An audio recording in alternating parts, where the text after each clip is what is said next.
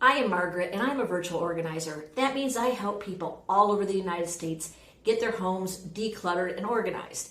I love what I do. I love being able to help people get rid of the stuff that they didn't need, organize the stuff that they do need and do have, and make it look beautiful. But it goes beyond just stuff. I also like working with people so they can have beautiful relationships within the home. There's a Bible verse that says to not let any root of bitterness spring up, thereby defiling many. And the way that kind of relates here to organizing is if you feel like you're the only one in the household that cares about being organized, that you're the one doing all the decluttering, you're doing all the cleaning, you're going to start getting bitter. And that cannot and will not create beautiful relationships within the home. So what do? Well, you get the folks in your home to help. And I have talked before, and we'll do it again, because there's a lot to say on getting younger children to help in the home. What do you do when your spouse isn't very willing to help? I want to talk about something a little bit different today, and that is, what do you do when there are adult children in the home and they're not helping? Now, I'm going to, for the purposes of this video, define adult as 16 and up. And here's the honest truth. It's really, really hard. These are folks that, if you're watching this and you need these tips, it means that that person hasn't been doing anything or much of anything all along. Getting them to start now is really hard. Why? Well, part of it is because you're hitting these folks in a period of life where they feel like they are adults. And they are, especially if they're in their 20s.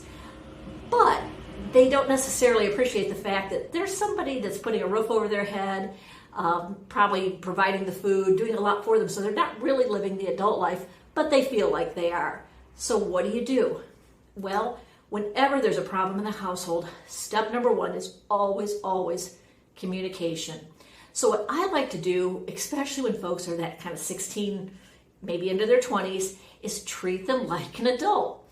So let's say Susie is my daughter, and Susie hasn't been used to doing anything. The first thing I'm going to do is take Susie out for dinner, getting her sort of in a neutral territory, treating her to dinner, treating her like an adult, and say, hey, Susie, we got to make some changes in the household. These are the things that I'm struggling with, and I realize that you can help me, but I need to help you be able to help me. And you may have a different script that fits your Susie a little bit better, but you get the idea where you're saying, I have a problem, I need help, here's how you can help me. Now you're going to want to be really specific. If you say something like, I just need you to pitch in more around the house, what in the world does that mean?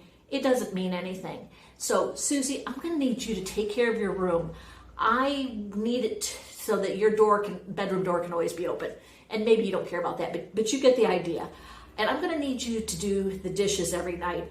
I would like them washed, and I need them dried and put them away before midnight. Whatever the things that you really need are. Don't put extra rules and structure around it if you don't need it, but also don't assume, like in the case of dishes, she's going to wash them and dry them and put them away all in the same time frame if you haven't told her. Be fair.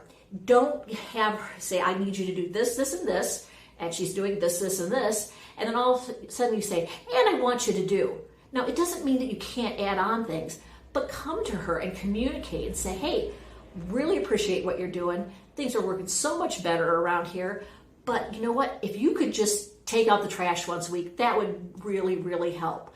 So what you're doing is you're treating them like an adult, you're communicating, you're showing appreciation, and you're giving them all the things that are expected of them. Is this perfect? No, it's not. What happens if they don't listen? Well, that very well may be. Go back to communication. Take her back out to eat, sit down with some tea or coffee at home and say, Susie, I thought I was pretty clear with you about what I needed you to do. You're not doing it. Was I not clear enough? And listen. If you weren't clear enough, then start over at zero, get clear, and try again. If you were clear and Susie's like, yeah, I don't know, I just didn't really care, say, well, Susie, we're going to try it one more time. If you don't, I'm going to need to start charging you rent. And you're going to charge a 16-year-old a different amount of rent than you're going to charge a 26-year-old. But here's the deal. If they're not helping, you still need that help. That's why you went to them in the first place. So you may need to hire somebody to clean. You may need to hire somebody to help you declutter and organize. So if Susie's not going to do it, Susie can participate. It's not easy. I know when you watch a video like this, it sounds like the person doing the video's got it all nailed and it's so easy. But I will say it's also not as hard as you think. It's your house. You make the rules. Communicate them in love, be clear, praise people when they deserve praise, and remind them when they've messed up. If you have questions, if you have comments, I would love to see them. So just let me know.